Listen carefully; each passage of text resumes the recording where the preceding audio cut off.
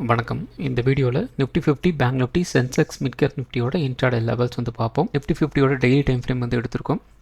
இன்றைக்கி காலையில் ஓப்பனிங் நியர்பி ஒரு 9:30 அந்த ரேஞ்சில் நாம் வந்து சொல்லியிருந்தோம். இன்றைக்கி காமா பிளாஸ்ட் வர்றது கொஞ்சம் வந்து கஷ்டம், வர்றதுக்கு வாய்ப்புகள் இல்லை அப்படின்னு சொல்லியிருந்தோம். அதுக்கு ரீசன் என்ன அப்படின்னா, ஒரு காமா பிளாஸ்ட் வரணும் அப்படின்னா அதுக்கு சில செட்டப் வந்து இருக்குது, சில ரூல்ஸ் எல்லாம் வந்து இருக்குது. அதெல்லாம் வந்து கண்டினியூஸாக வந்து ஃபாலோ வந்து பண்ணிகிட்டே இருக்கணும். அப்படி இருந்தால் மட்டும்தான் இன்ட்ராடேயில் நமக்கு வந்து ஒரு காமா பிளாஸ்ட் அப்படிங்கிறது வரும். அப்படி இல்லை அப்படிங்கிற பட்சத்தில் ஓப்பனிங்லேயே உங்களுக்கு வந்து தெரிஞ்சிடும். ஸோ ஒரு குறிப்பிட்ட கைண்ட் ஆஃப் செட்டப் இருக்குது. சிம்பிளாக சொல்லணும் அப்படின்னா, ஓப்பனிங்லேருந்து நமக்கு வந்து நிஃப்டி 50யோ அல்லது வந்து நீங்கள் எந்த இன்ஸ்ட்ருமெண்ட்டில் நீங்கள் வந்து ட்ரேட் எடுக்கிறீங்களோ அதில் உங்களுக்கு வந்து ஒரு காமா பிளாஸ்ட் வரணும் அப்படின்னா 0.5, அதாவது ஒரு 0.50 அவ்வளோ பர்சன்டேஜ் மட்டும்தான் வந்து மார்க்கெட் வந்து மூவ் ஆகணும். அதுக்குள்ளே மூவ் ஆச்சு அப்படின்னா தேர் இஸ் அ பாசிபிலிட்டி அப்படிங்கிற மாதிரி நம்ம அதை எடுத்துக்கலாம். அல்லது ஒரு 55 கூட வந்து போகலாம், பிரச்சனை வந்து கிடையாது. ஆனால் ஒரு 60, 70 அப்படியெல்லாம் போயிடுச்சு அப்படின்னா மோஸ்ட்லி பெருசாக நம்ம வந்து எதிர்பார்க்கக்கூடாது. ஸோ காலையில் இன்றைக்கி வந்து என்ன நடந்திருந்தது, மார்க்கெட் நியர்லி ஒரு 70%, அதாவது 0.70% பக்கம் வந்து மேலே போயிடுச்சு. ஸோ அதனால தான் நான் வந்து காலையிலேயே நம்ம வாட்ஸ்அப் சேனலில் போட்டிருந்தேன், காமா பிளாஸ்ட் வர்றதுக்கு வாய்ப்புகள் ரொம்ப ரொம்ப கம்மி அப்படின்ட்டு. அதே மாதிரி இன்றைக்கி காமா பிளாஸ்ட்லாம் ஒன்றுமே வந்து வரலை. காமா பிளாஸ்ட் வர்றது இருக்கட்டும், பெருசாக மார்க்கெட்டில் மூமெண்ட்டே வரல. கொஞ்சம் கூட வந்து ஒரு எக்ஸ்பைரி அப்படிங்கிறதுக்கு உண்டான அந்த அறிகுறியே இல்லாமல் ட்ரேட் ஆகி வந்து முடிஞ்சிருக்கு. அப்படியே டைம் பாஸ் வந்து பண்ணிட்டு வந்து போயிருக்கிறாங்க. நேற்றே சொல்லியிருந்தேன் இல்லையா, ஆர்பிஐ வந்து ஸ்ட்ரிக்டாக ஒரு ரூல்ஸ் வந்து இம்போர்ட் வந்து பண்ணியிருக்கிறாங்க. பெரிய பெரிய ட்ரேடர்ஸ்க்கு வந்து கொலாட்ரல் வந்து கலெக்ட் பண்ணுங்கள் அப்படின்ட்டு புரோக்கர்ஸ்க்கு வந்து கொடுத்துருக்குறாங்க. அதனால் வந்து லிவரேஜில் வந்து பெரிய பெரிய ட்ரேடர்ஸ் வந்து ட்ரேட் எடுக்க முடியாது. அதாவது இன்ஸ்டிடியூஷன்ஸ் ட்ரேடர்ஸ் வந்து, அதாவது இப்போ நமக்கு வந்து பார்த்திங்க அப்படின்னா இன்ட்ராடே மார்ஜின் வந்து கொடுத்துட்டு இருந்தாங்க. ஒரு காலத்தில் கொடுத்தாங்க, நியர்லி அதெல்லாம் ஒரு 10-15 வருஷத்துக்கு முன்னாடி இன்ட்ராடே லெவரேஜ் அப்படின்னு சொல்லி கொடுத்துட்ருப்பாங்க. அதாவது உங்கள்கிட்ட வந்து 1000 ரூபாய் இருந்துச்சு அப்படின்னா உங்களால் வந்து ஒரு 10,000 ரூபாய்க்கு வந்து ட்ரேட் வந்து எடுக்க முடியும். அதாவது உங்களுக்கு வந்து ஒரு 10 மடங்கு 15 மடங்கு அப்படிங்கிற மாதிரி உங்களுக்கு வந்து இன்ட்ராடே லெவரேஜ் வந்து புரோக்கர் வந்து கொடுப்பாங்க. என்கிட்ட ஒரு 10,000 ரூபா தான் இருக்குது, ஆனால் என்னால் ஒரு 10,000 ரூபாய்க்கு உண்டான ட்ரேட் வந்து எடுக்க முடியும். ஸோ அந்த ஒரு ஆப்ஷனை வந்து புரோக்கரேஜ் வந்து கொடுத்துட்ருந்தாங்க. அதுக்கப்புறம் பார்த்திங்க அப்படின்னா இந்த கொரோனா டைமில் வந்து பயங்கரமான வந்து நிறைய பேருக்கு வந்து லாஸ் வந்துச்சு. அதுவும் இல்லாமல் முக்கியமாக பார்த்திங்க அப்படின்னா கமாடிட்டியில் நிறைய பேர் வந்து என்ன பண்ணி வச்சுருந்தாங்க அப்படின்னா, க்ரூட் ஆயிலில் வந்து ட்ரேட் எடுத்துகிட்ருப்பாங்க இல்லையா, அப்போ பார்த்திங்கன்னா மைனஸில் வந்து போயிடுச்சு. ஸோ அவங்களோட ட்ரேட்ஸ் எல்லாமே வந்து மைனஸில் போனதுனால அதை எப்படி சமாளிக்கிறதுன்னு தெரியாமல்லாம் வந்து போயிட்டாங்க. ஸோ அதன் காரணமாக தான் என்ன பண்ணிட்டாங்க, செபி யாருக்கும் வந்து இன்ட்ராடே மார்ஜினே வந்து கொடுக்கக்கூடாது அப்படிங்கிற மாதிரி வந்து கொண்டு வந்துட்டாங்க. இப்பயும் ஓரளவுக்கு வந்து அவைலபிள் இருக்குது, ஆனால் அப்போ இருந்த மாதிரி வந்துலாம் கிடையாது. அப்போல்லாம் வந்து பார்த்திங்க அப்படின்னா 15 மடங்கு 25 மடங்கெல்லாம் வந்து கொடுத்துட்ருந்தாங்க. ஸோ சில புரோக்கர்ஸ் எல்லாம் பார்த்திங்க அப்படின்னா 25% வந்து கொடுத்துட்ருந்தாங்க, அதாவது மடங்கு வந்து கொடுத்துட்ருந்தாங்க. அதை வச்சு நான் வந்து பயங்கரமாக வந்து ட்ரேட் எடுத்துகிட்டு இருந்தேன். அதாவது நான் சொல்கிறது எல்லாமே வந்து ஒரு 10-15 வருஷத்துக்கு முன்னாடி. இப்போல்லாம் வந்து யாரும் அப்படி வந்து கொடுக்குறது வந்து கிடையாது. இப்போ ஓரளவுக்கு வந்து கொடுக்குறாங்க, அதை யாரும் வந்து யூஸ் பண்ணுறது வந்து கிடையாது. ஏன்னா எல்லாருமே வந்து ஆப்ஷன் பக்கம் மூவ் ஆகிட்டோம். அதனால் வந்து அதை யாரும் வந்து கண்டுக்கிறது வந்து கிடையாது. ஆப்ஷனுக்கு நாம் பெருசாக இன்ட்ராடே மார்ஜின் அப்படிங்கிறது வந்து பெருசாக யாரும் வந்து இப்போ வந்து நாம் தேவைப்படுறது இல்லை. அதனால் அதை கண்டுக்கிறது வந்து இல்லை. சரி, ஓகே. இதே மாதிரி தான் இன்ஸ்டிடியூஷன் ட்ரேடர்ஸ்க்கு வந்து புரோக்கர் வந்து அந்த லிவரேஜ் வந்து கொடுத்துட்ருந்தாங்க. அது வந்து ஆர்பிஐ வந்து இப்போதைக்கு வந்து ஸ்டாப் பண்ண சொல்லிட்டாங்க. அதாவது ஸ்டாப் பண்ண சொல்லலை, அதுக்குண்டான நீங்கள் அந்த கொலாட்ரலை நீங்கள் வந்து வாங்கி வச்சுக்கணும் அப்படிங்கிற மாதிரி வந்து சொல்கிறாங்க. அதாவது நீங்கள் இவ்வளோக்கு வந்து ட்ரேட் எடுக்கணும் அப்படின்னா இவ்வளோ கொலாட்ரல் நீங்கள் வந்து காமிக்கணும் அப்படிங்கிற மாதிரி வந்து ஆர்பிஐ ஒரு ரூல்ஸ் வந்து கொண்டு வராங்க. அது மேபி அது ஃபண்டமெண்டலாக வேறு ஏதோ இஷ்யூ இருக்கும் போல் இருக்குது, அதனால் அது அப்படி வந்து பண்ணுறாங்க. மேபி அதாவது மார்க்கெட்லேருந்து வெளியே போகக்கூடாது, அந்த அமௌண்ட் வந்து வெளியே போகக்கூடாது அப்படிங்கிறதுக்காக ஆர்பிஐ அப்படி வந்து சொல்கிறாங்களா அப்படிங்கிற மாதிரி வந்து தெரியல. இப்போ ஒருத்தர் வந்து ஒரு 1 கோடி ரூபாய்க்கு வந்து ட்ரேட் எடுக்கணும் அப்படின்னா 1 கோடியும் அவர் கேஷ் வச்சுக்கிட்டு வந்து ட்ரேட் எடுக்க மாட்டார். அவருக்கும் வந்து ஒரு புரோக்கர்ட்டையும் வந்து ஒரு அக்ரிமெண்ட் இருக்கும். எனக்கு இந்த அளவுக்கு இருந்துச்சு அப்படின்னா என்னோடய அக்கௌண்ட்டுக்கு இவ்வளோ மார்ஜின் நீங்கள் வந்து கொடுங்க அப்படிங்கிற மாதிரி வந்து பேசி வச்சுக்குவாங்க. அவங்களுக்கு வந்து புரோக்கர் வந்து கொடுப்பாங்க. ஸோ அது மாதிரி வந்து ட்ரேட் வந்து எடுத்துகிட்டு இருந்தாங்க இது வரைக்கும். இப்போ பார்த்தீங்க அப்படின்னா நீ 1 கோடிக்கு நீ வந்து ட்ரேட் எடுக்கிற அப்படின்னா அதுக்குண்டான கொலாட்ரல் நீ வந்து காமி அப்படிங்கிற மாதிரி வந்து புரோக்கர் கேட்க ஆரம்பிக்கணும். ஸோ அதன் காரணமாக என்ன நடக்குது அப்படின்னா வால்யூம் அப்படிங்கிறது அப்படியே வந்து கம்மியாயிருச்சு. இப்போ 2 நாள் நேற்றும் அப்படி தான் வந்து ட்ரேட் ஆகி முடிஞ்சது, இன்றைக்கும் அப்படி தான் வந்து ட்ரேட் ஆகி வந்து முடிஞ்சிருக்கு. ஸோ வரும் நாட்களில் தான் வந்து இதோட ஃபுல் இது வந்து நமக்கு வந்து தெரியும். ஸோ இனிமேல் வந்து காமா பிளாஸ்ட் அப்படிங்கிறது கொஞ்சம் டவுட்டாக இருக்கும் போல இருக்குது, அந்த ரேஞ்சில் தான் வந்து இருக்குது. இதுவும் கடந்து போகும், பார்க்கலாம் என்ன நடக்குது அப்படின்ட்டு. இருக்க ரூல்ஸ் எல்லாம் பயங்கரமான ஒரு ஸ்ட்ரிக்டாக வந்து போய்கிட்டுருக்கு. எல்லாம் நம்மளோட சேஃப்டிக்கு தான், இருந்தாலும் அது வந்து மார்க்கெட் வந்து அஃபெக்ட் வந்து பண்ணுது.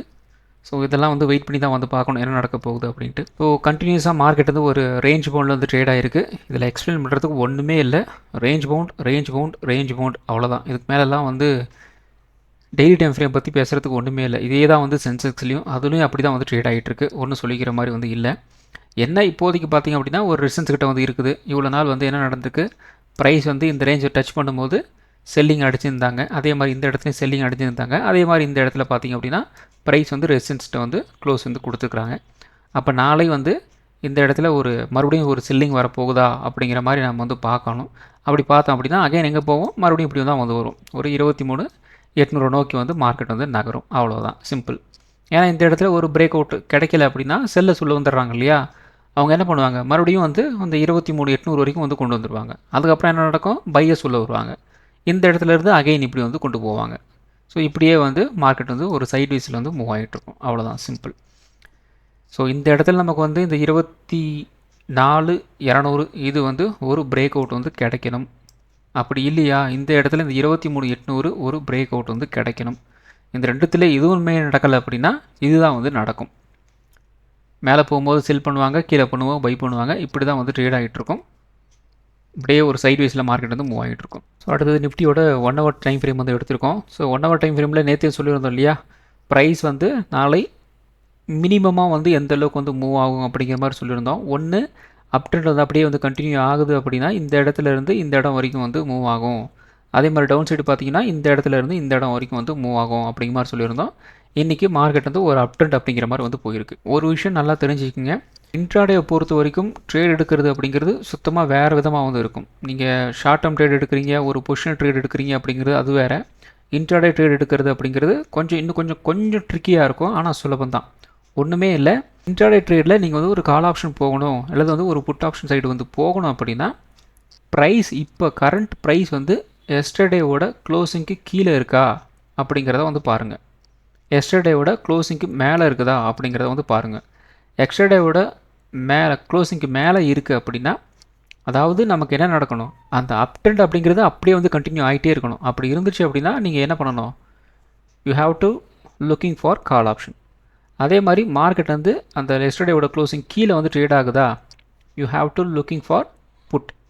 ஸோ இப்படி இந்த 2 விதமான சில விஷயங்கள் இருக்குது. ஸோ இதை கரெக்டாக நீங்கள் வந்து ஃபில்டர் பண்ணிங்க அப்படின்னா ஓரளவுக்கு தப்பான ட்ரேடில் வந்து மாட்டாமல் இருக்கிறதுக்கு வந்து வாய்ப்புகள் இருக்குது. இல்லைனா தப்பான ஒரு ட்ரேடில் நீங்கள் போய் உக்காந்துக்குவீங்க. மார்க்கெட் வந்து அப் ட்ரெண்டில் போய்கிட்டுருக்கோம், நீங்கள் புட் ஆப்ஷனில் உட்காந்துட்ருப்பீங்க. மார்க்கெட் வந்து ஒரு டவுன் ட்ரெண்டில் போய்கிட்டுருக்கோம், நீங்கள் வந்து கால் ஆப்ஷனில் வந்து உட்காந்துருப்பீங்க. அதனால தான் வந்து மார்க்கெட் வந்து ஒரு கேப்பை பார்த்து அப்படின்னா கால் ஆப்ஷன் ட்ரேட் வந்து போகாதீங்கன்னு சொல்கிறது. அதே மாதிரி வந்து கேப் டவுன் ஆயிடுச்சு அப்படின்னா உடனே வந்து புட் ஆப்ஷன் போகாதீங்க அப்படின்னு சொல்கிறதும் இதுக்காக தான்.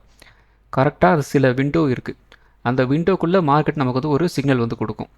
இது வந்து ஃபர்தராக கீழே இறங்க போகிறேன்னா இல்லை வந்து இந்த இடத்துலேருந்து நான் வந்து அப்படியே வந்து மேலே போக போகிறேன்னா அப்படிங்கிற மாதிரி வந்து ஒரு சிக்னல் வந்து கிடைக்கும். அதுக்கு வந்து கொஞ்சம் வந்து எக்ஸ்பீரியன்ஸ் வந்து தேவை. இல்லை நல்லா சொல்ல வரலை, அது கொஞ்சம் எக்ஸ்பீரியன்ஸ் வந்து தேவை. ஸோ அதுக்கு என்ன பண்ணணும் அப்படின்னா பொறுமையாக நீங்கள் வந்து என்ன பண்ணணும், மார்க்கெட்டை கொஞ்சம் அனாலிசிஸ் வந்து பண்ணணும். ப்ளஸ் நீங்கள் வந்து பேக் டெஸ்ட் வந்து பண்ணணும். எப்போ எல்லாம் வந்து மார்க்கெட் வந்து ஒரு கேப் டவுன் ஆகிருக்கு, கேப் அப் ஆகிருக்கு, அந்த இடத்துல இருந்து மார்க்கெட் எப்படி வந்து ட்ராவல் ஆகிருக்கு அப்படிங்கிறத நீங்கள் வந்து ஒரு பேக் டெஸ்ட் வந்து பண்ணணும். குறைந்தபட்சம் ஒரு 5 வருஷத்துலேருந்து 10 வருஷத்துக்கு நீங்கள் வந்து அந்த பேக் டெஸ்ட் அப்படிங்கிறத நீங்கள் வந்து செய்யணும். அப்படி செஞ்சிங்க அப்படின்னா உங்களுக்கு வந்து ஒரு ஐடியா வந்து கிடச்சிடும். சரி, ஓகே, கேப் டவுன் ஆயிடுச்சு அப்படின்னா நம்ம வந்து புட் ஆப்ஷன் போயிடக்கூடாது, கொஞ்சம் வெயிட் பண்ணணும், ஒரு லோ கட் பண்ணிட்டு மறுபடியும் இன்னொரு லோ வந்து வைக்கிறாங்களா அப்படிங்கிறத வந்து பார்க்கணும். அப்படிங்கிறதெல்லாம் ஒரு முடிவுக்கு வந்து நீங்கள் வந்து வரணும். அப்போ தான் வந்து ஒரு தப்பான ட்ரேடில் நம்ம மாட்டாமல் இருக்கிறதுக்கு வாய்ப்புகளாக வந்து அமையும். இல்லை அப்படின்னா தப்பான ட்ரேடில் போய் உக்காந்துருவீங்க, கொஞ்சம் அப்புறம் வந்து கஷ்டம். இப்போதைக்கு அகெயின் இந்த 1 ஹவர் சார்ட்டை பொறுத்த வரைக்கும் நான் என்ன நடந்திருக்கு, ரெசிஸ்டன்ஸ் கிட்ட தான் வந்து நின்றுருக்கு. ஸோ அப்போ இந்த ரெசிஸ்டன்ஸ் வந்து கன்ஃபார்மாக வந்து ஒர்க் ஆகும் அப்படின்னா 24 250 60 இந்த ரேஞ்ச் வரைக்கும் நாளைக்கு மார்க்கெட் வந்து ஒரு அப் ட்ரெண்ட் வரைக்கும் போயிட்டு இந்த இடத்துல ஒரு செல்லிங் அடித்து விடுறதுக்கு வாய்ப்புகள் இருக்குது. ஸோ இந்த ரேஞ்சுக்கு வந்து போயிட்டு இப்படி செல்லிங் அடிக்கிறதுக்கு வந்து வாய்ப்புகள் இருக்குது. இது வந்து ஒரு சினாரியோ. பட் நமக்கு வந்து இந்த 24 250 இருக்கு இல்லையா, அதை வந்து ஒரு பிரேக் அவுட் நமக்கு வந்து கிடச்சிது அப்படின்னா நல்ல மூவ் நமக்கு வந்து கிடைக்கிறதுக்கு வந்து வாய்ப்புகள் இருக்குது. இந்த இடத்துல இருந்து நல்ல மூவ் அப்படிங்கிறது நமக்கு வந்து கிடைக்கும். பட் இந்த இடத்துல இந்த 24 250 ஒரு பிரேக் அவுட் வந்து கிடைக்குதா அல்லது வந்து ரிஜெக்ஷன் பிரிண்ட் ஆகுதா அப்படிங்கிறத பொறுத்து தான் வந்து இருக்குது. ஸோ நாளை அதுக்குண்டான ரியாக்ஷன் மார்க்கெட்டில் வந்து கிடைக்கிறதுக்கு வந்து வாய்ப்புகள் இருக்குது. ஸோ வெயிட் பண்ணி வந்து பார்ப்போம் நாளைக்கு பிரேக் அவுட் வந்து கிடைக்குதா அல்லது வந்து ஒரு அதாவது ஒரு ரிஜெக்ஷன் வந்து பிரிண்ட் ஆகுதா அப்படிங்கிறத நம்ம வந்து வெயிட் பண்ணி வந்து பார்க்கணும். ஸோ அடுத்தது சென்செக்ஸோட 50 மினிட் சார்ட் வந்து எடுத்திருக்கோம். இந்த 50 மினிட் சார்ட்லேயும் உங்களுக்கு வந்து சேம் நிஃப்டி 50 எப்படி வந்து ட்ரேட் ஆகிருக்கோ அதே மாதிரி தான் வந்து சென்செக்ஸ் வந்து ட்ரேட் ஆகிட்டுருக்கு. ஏன்னா இந்த இடத்துல வால்யூம் வந்து அதாவது வேல்யூ அப்படிங்கிறது வந்து வேறையாக இருக்குது, அவ்வளோதான், சிம்பிள். சரி, ஓகே. ஸோ இந்த இடத்துல எப்போல்லாம் நமக்கு வந்து ப்ரைஸ் இந்த ஒரு 77,500 இந்த ரேஞ்சை வந்து டச் பண்ணுறாங்களோ செல்லிங் தான் வந்து நடந்திருக்கு. இந்த இடத்துல பார்த்தீங்கன்னா கேப் டவுன் ஆகிருக்கு, இந்த இடத்துல செல்லிங் வந்திருக்கு, இந்த இடத்துல செல்லிங் வந்திருக்கு. இப்போ கரெக்டாக ப்ரைஸ் இந்த 75 77,500 இந்த ரேஞ்சில் வந்து க்ளோசிங் வந்து கொடுத்துருக்குறாங்க. அப்போது நாளை என்ன நடக்கலாம், இந்த இடத்துல நமக்கு வந்து ஒரு விஷயம் வந்து நடந்துருச்சு இல்லையா, அதே மாதிரி நாளையும் நடக்கிறதுக்கு வாய்ப்புகள் இருக்குது. ஒன்று இந்த இடத்துல இருந்தே மார்க்கெட் வந்து கீழே வரணும், அப்படி இல்லையா இந்த 77,800 வரைக்கும் போயிட்டு அந்த இடத்துல இருந்து கூட வந்து கீழே இறங்கலாம். இது டவுன் சைடில் இருக்கிற ஒரு scenario. At the same time நமக்கு வந்து இந்த 77,800க்கு மேலே உடைக்கிறாங்க அப்படின்னா மார்க்கெட் ஆகியும் இப்படி வந்து மூவ் ஆகிறதுக்கு வந்து வாய்ப்புகள் இருக்குது. இது வரைக்கும் மூவ் ஆகும், ஒரு 78,400 வரைக்கும் வந்து போகிறதுக்கு வாய்ப்புகள் இருக்குது. ஸோ வெயிட் பண்ணி பார்ப்போம் எப்படி ரியாக்ட் ஆக போகுது அப்படின்ட்டு. நாளைக்கு வேறு வெள்ளிக்கிழமை வெள்ளிக்கிழமை வேறு வந்துட்டான் அப்படின்னா ஒரே குதூகலமாக இருக்கும். ஸோ வெயிட் பண்ணி வந்து பார்ப்போம். அடுத்தது நிஃப்டி 50. ஸோ நிஃப்டி 50 ஒன்றும் சொல்லிக்கிற மாதிரி வந்து இல்லை. ஈவன் தோ மார்க்கெட் வந்து ஒரு அப் ட்ரெண்ட் தான், அப் ட்ரெண்டில் இருந்தாலும் நமக்கு வந்து என்ன நடந்திருக்கு, அங்கங்கே நமக்கு வந்து ஒரு சின்னதாக ஒரு ட்ரேட் எடுக்கிறதுக்கு வந்து ஆப்பர்ச்சுனிட்டி வந்து கிடச்சிட்டு இருந்தது. ஒரு 20% 30% அப்படிங்கிற மாதிரி தான் வந்து கிடச்சிட்டு இருந்தது. ஓகே அப்படிங்கிற மாதிரி தான் வந்து இருந்தது. ஓஹோ அப்படிங்கிற மாதிரி வந்து ட்ரேட் வந்து பெருசாக வந்து எடுக்கலை. ஏன்னா இன்றைக்கி காமா பிளாஸ்ட்டு சென்செக்ஸில் வந்து ஒரு மூவ் வந்து கிடைக்கும், அதுக்கேற்ற மாதிரி வந்து நிஃப்டி 50 வந்து மூவ் ஆகும் அப்படின்ட்டு என்னென்னமோ வந்து நினச்சிட்டு இருந்தோம். ஆனால் வந்து ஒன்றுமே வந்து நடக்கலை, அவ்வளோதான். அது ஏற்கனவே வந்து எதிர்பார்த்தது தான். அந்த ஆர்பிஐ நியூஸ்னால் கொஞ்சம் வால்யூம் வந்து கம்மியாகும் அப்படின்னு எதிர்பார்த்தேன். ஆனால் வந்து இந்த அளவுக்கெல்லாம் வந்து கம்மியாகும் அப்படின்ட்டுலாம் நான் வந்து எதிர்பார்க்கல. அட்லீஸ்ட் அந்த சென்செக்ஸ்க்கு அப்படின்ட்டு ஒரு எக்ஸ்பைரிக்கிட்டு ஒரு மரியாதை இருக்கு இல்லையா, அந்த மரியாதையாவது கொஞ்சம் காப்பாற்றிக்குவாங்கன்னு பார்த்தேன். அதெல்லாம் ஒன்றுமே இல்லை, போங்கடா அப்படின்னு துரத்தி விட்டாங்க. சரி, ஆனது ஆகட்டும், பார்க்கலாம். இந்த இடத்துல என்ன நடந்திருக்கு, இந்த 74,100 இது வந்து நமக்கு வந்து ஒரு பிரேக் அவுட் வந்து கிடச்சி அப்படின்னா ஒரு 24,200 வரைக்கும் போகலாம் அப்படிங்கிற மாதிரி சொல்லியிருந்தோம். போயிருக்கு, அவ்வளோதான். அந்த அளவுக்கு தான், அப்படி தான் வந்து மார்க்கெட் வந்து மூவ் ஆகிருக்கு.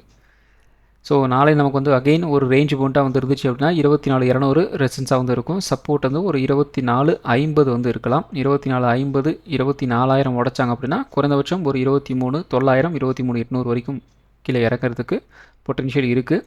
அதே மாதிரி இந்த 24,200 ஒரு பிரேக் அவுட் வந்து கிடச்சிது அப்படின்னா ஒரு 24,350 வரைக்கும் ஒரு அப்டெண்ட் போகிறதுக்கு வந்து வாய்ப்புகள் இருக்குது. ஸோ அடுத்தது பேங்க் நிஃப்டி ஆரம்பம் என்னமோ அட்டகாசமாக தான் வந்து இருந்தது, ஃபினிஷிங் சரியில்லை அப்படிங்கிற மாதிரி தான் வந்து போயிடுச்சு. ஸோ ஓரளவுக்கு நல்ல ஒரு கேப் அப், இன்னும் அங்கேருந்துலாம் நல்லா வந்து மேலே போயிட்டு இருந்தாங்க. ஒரு 58,400 வரைக்கும் போனாங்க. அதுக்கப்புறம் யார் கண்ணு பட்டுச்சோ அப்படிங்கிற மாதிரி அந்த இடத்துல இருந்து அப்படியே வந்து கீழே இறங்கிட்டாங்க. ஸோ 58,400லேருந்து ஒரு 58,000 அந்த ரேஞ்சில் வரைக்கும் ஒரு 400 பாயிண்ட் நல்லாவே வந்து கீழே இறங்கிச்சு. அதுக்கப்புறம் பெருசாக வந்து மார்க்கெட்டில் மூவ்மெண்ட் வந்து இல்லை. ஸோ அகெயின் நாளைக்கு வந்து ரேஞ்ச் மூவ்மெண்ட்டாக வந்துருந்துச்சு அப்படின்னா 58,200 ரெசிஸ்டன்ஸ், 57,800 சப்போர்ட். இந்த ரேஞ்சை உடைச்சாங்க அப்படின்னா குறைந்தபட்சம் ஒரு 57,500 வரைக்கும் வந்து கீழே இறங்கலாம். 58,200 உடைச்சாங்க அப்படின்னா குறைந்தபட்சம் ஒரு 58,500 வரைக்கும் ஒரு அப்டேட் போகிறதுக்கு வந்து வாய்ப்புகள் இருக்குது. ஸோ அடுத்தது சென்செக்ஸ். ஸோ சென்செக்ஸ் வந்து நிஃப்டி மாதிரி தான் வந்து ட்ரேட் ஆகிருக்கு, பெருசாக வந்து சேஞ்சஸ் வந்து கிடையாது. 77,200 உடைச்சாங்க அப்படின்னா ஒரு 77,600 வரைக்கும் போகலான்னு சொல்லியிருந்தோம், அது போயிருக்கு, அவ்வளோதான். ஸோ நாளை அகெயின் நமக்கு வந்து ஒரு ரேஞ்ச் மூவ்மெண்ட்டாக வந்து இருந்துச்சு அப்படின்னா 77,600 ரெசிஸ்டன்ஸாக வந்து இருக்கும். சப்போர்ட் வந்து ஒரு 77,000 வந்து இருக்கிறதுக்கு வந்து வாய்ப்புகள் இருக்குது. அதே மாதிரி டவுன் ட்ரெண்ட் பார்த்திங்க அப்படின்னா இந்த 77,000 உடைச்சாங்க அப்படின்னா ஒரு 76,600 வரைக்கும் வந்து கீழே இறங்குறதுக்கு வந்து வாய்ப்புகள் இருக்குது. 77,600 நமக்கு வந்து ஒரு பிரேக் அவுட் வந்து கிடச்சி அப்படின்னா ஒரு 78,000 வரைக்கும் ஒரு அப் ட்ரெண்ட் போகிறதுக்கு வந்து வாய்ப்புகள் இருக்குது. ஸோ அடுத்தது மிட் கேப் டீ ஒன்றும் சொல்லிக்கிற மாதிரி வந்து இல்லை. டோட்டலாக பெருசாக மூமெண்ட்டே ஒன்றும் கூடமே வந்து இல்லை. இந்த இடத்துல ஒரு 12:20க்கு ஒரு டவுன் ட்ரெண்டு, அதாவது ஓப்பனிங் ஹையை வந்து டச் பண்ணுறாங்க, பிரேக் அவுட் கொடுக்க முடியல, மறுபடியும் வந்து கீழே இறங்குறாங்க, அவ்வளோதான். இதுதான் வந்து மொத்த மூமெண்ட். அதுக்கப்புறம் ஒன்றுமே வந்து இல்லை. ஸோ நாளை அகைன் ஒரு ரேஞ்ச் பவுண்டாக வந்து இருந்துச்சு அப்படின்னா 14,600 ரெசன்ஸாக வந்து இருக்கும். சப்போர்ட் வந்து ஒரு 14,500 இருக்கலாம். 14,500 உடைச்சாங்க அப்படின்னா ஒரு 14,400 வரைக்கும் மினிமம் வந்து கீழே இறங்கலாம். ஒரு 14,600 உடைச்சாங்க அப்படின்னா ஒரு 14,700 வரைக்கும் ஒரு அப்டேட் போகிறதுக்கு வந்து வாய்ப்புகள் இருக்குது. ஸோ இந்த வீடியோ ஒரு எஜுகேஷன் பர்பஸ் வீடியோ மட்டும் தான். பை பண்ணுறதுக்கோ செல் பண்ணுறதுக்கோ ரெக்கமெண்டேஷன் வீடியோ கிடையாது. இந்த வீடியோ பிடிச்சிருக்கும் லைக் பண்ணுங்கள், உங்கள் ஃப்ரெண்ட்ஸுக்கு வந்து ஷேர் பண்ணுங்கள். மற்றும் ஒரு வீடியோவில் சந்திப்போம். நன்றி, வணக்கம்.